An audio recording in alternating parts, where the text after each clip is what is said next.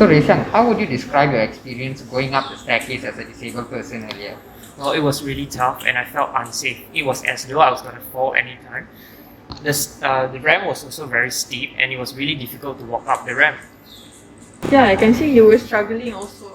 I think the ramp is more suitable for people with wheelchairs, but somehow I do wish that the ramp is less steep so it is easier for disabled people to use. Yes, I agree, Alia. What do you all suggest that we could do to help accessibility for disabled people in the college?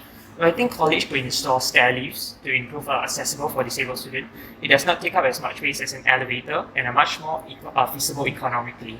Now, I also think that the college should provide like grab bars or handrails for people with shoulder crutches to use as they balance their weight. Yes, I agree as well. Alia, what do you think about the parking accessibility for disabled people here? Oh, I found out that there's no handicapped parking spaces available. I think that would be really difficult for disabled people, especially for those who uses wheelchair. Yeah, ideally, I think parking spaces should be placed as close to the entrance of the facility as possible. Furthermore, they should also implement fines to prevent other students from misusing this opportunity. Manoj, how convenient do you find it to walk around Dataran Selassie in crutches? To be honest, I think it's not so convenient for someone on crutches to walk in Dataran Selassie because of all of the uneven tiles. Furthermore, I think those holes and gaps in Dataran Selassie could seriously injure somebody if they're not careful. I suggest that college management could repair and smoothen out the tiles in Dataran Selassie. Additionally, they could install tactile paving to help students with visual impairment to navigate the area better. Yeah, that's a good suggestion. Yep.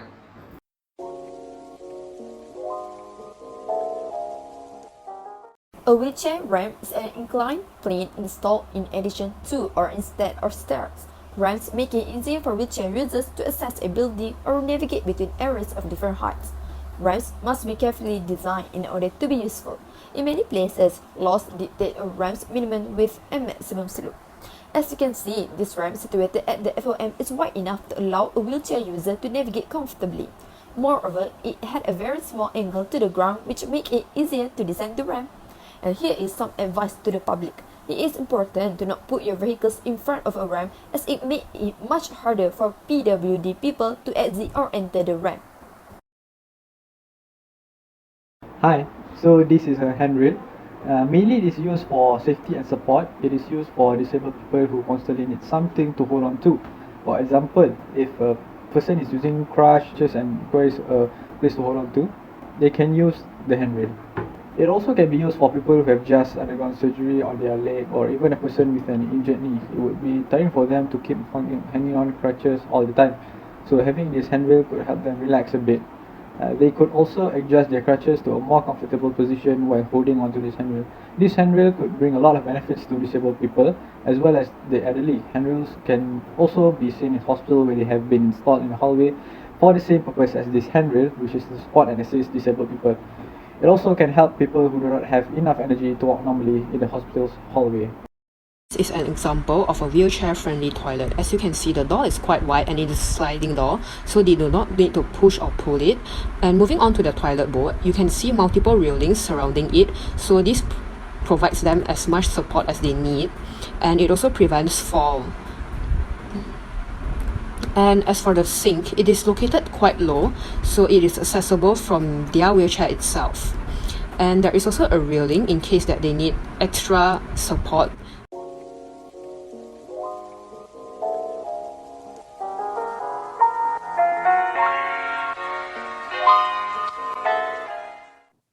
The term handicapped is defined as a person having a condition that markedly restricts their ability to function physically, mentally, or socially. We have covered physical disabilities, so what about mental ones? Today, we have with us Ms. Oyen Cheng, a primary school English tuition teacher that has encountered students with mental disabilities.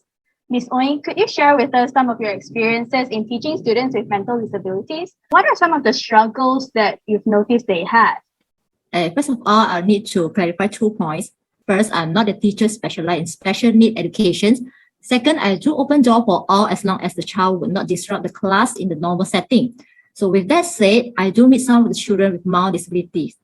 I think the main challenge for them in a normal classroom setting is that they are not quite able to complete their work in time. One of the symptoms they show is not being able to work quietly or independently. They are either easily distracted or they're uncomfortable with the surroundings. And what turns out in the end is that their work might be messy or late. And the other problem they may face is being misunderstood as being naughty or careless, especially for those with ADHD. They might not be able to wait for their turn. They might start answering even before the teacher finishes reading a questions. They might leave out lots of details whenever an instruction is given.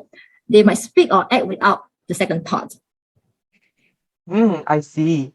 And this leads to my next question. So in your opinion, what are the changes that could be made to the education system so that it could be more inclusive of students who struggle with mental disabilities? Okay, first, for those with more serious symptoms, I don't think including them in normal classroom setting will be helpful for them. I heard that there is IEP offered overseas. IEP stands for Individualized Educational Plan. I'm not so sure whether this is similar to what we have here in Malaysia in the Pendidikan CAS. So from my past experience, I think there are a few accommodations that we may do to the normal classroom settings. We may need to modify the homework. In other words, giving less homework or extended time for them to finish the homework, or even should we allow different way of presentations. Another one that I have learned from a talk from a Dr. Rachel Buckley, he suggested about the adjusted time for the test. And what he has adjusted is a very interesting thing. He suggested that instead of we prolong the time of the examinations for these special needs children, we will still limit them to finish it in the time limit as what the others do. Let's say the test should take 1 hour. So the 1 hour limit stay the same. But what adjustment we do is that we will have a timer. So once the child is ready, we set the timer and it starts and he has to do his work. But in between, if he requested that he wants to take a break, he wants to do some activities before he come back and sit down, then we will stop the timer. And when he's ready, he come back, then we will start the timer again. So in total, he will only take that 1 hour to finish the test, but then we use a timer to adjust it. Thank you, Miss Des. Those were really good initiatives. Yeah, so as the last question for the session today, what can we do as the general public to help those individuals with mental disabilities? I will always stress on knowledge, because for me, those kind of awareness campaigns, without the proper knowledge channels to the public, it doesn't really helpful. And worse, most people might think that mental disability are just some psychological issue that can be solved when the patient finally decided to toughen up. But imagine this, if someone is with physical disability, you wouldn't give the same remarks to them. No numbers of use of ramp would ever teach someone in a wheelchair to get up and walk. Oh, wow. I think it was truly insightful. So I think as a caring member of the community, we should understand and be willing to lend a helping hand to individuals with mental disabilities in our own little ways without being prejudiced or judgmental. I think that's the end of the session today, and I hope that all of us are inspired. According to research, Malaysia does provide formal education for people with special needs, yet people don't seem to know a lot about it. What do you think are some of the reasons, Tiong?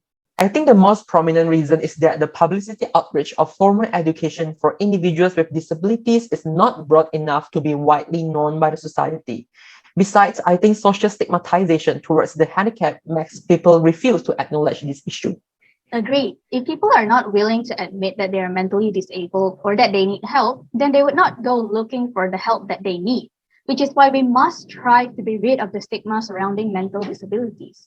Xuanning, we are definitely on the same page. Let's work hand in hand together to aid individuals with special needs within our capabilities.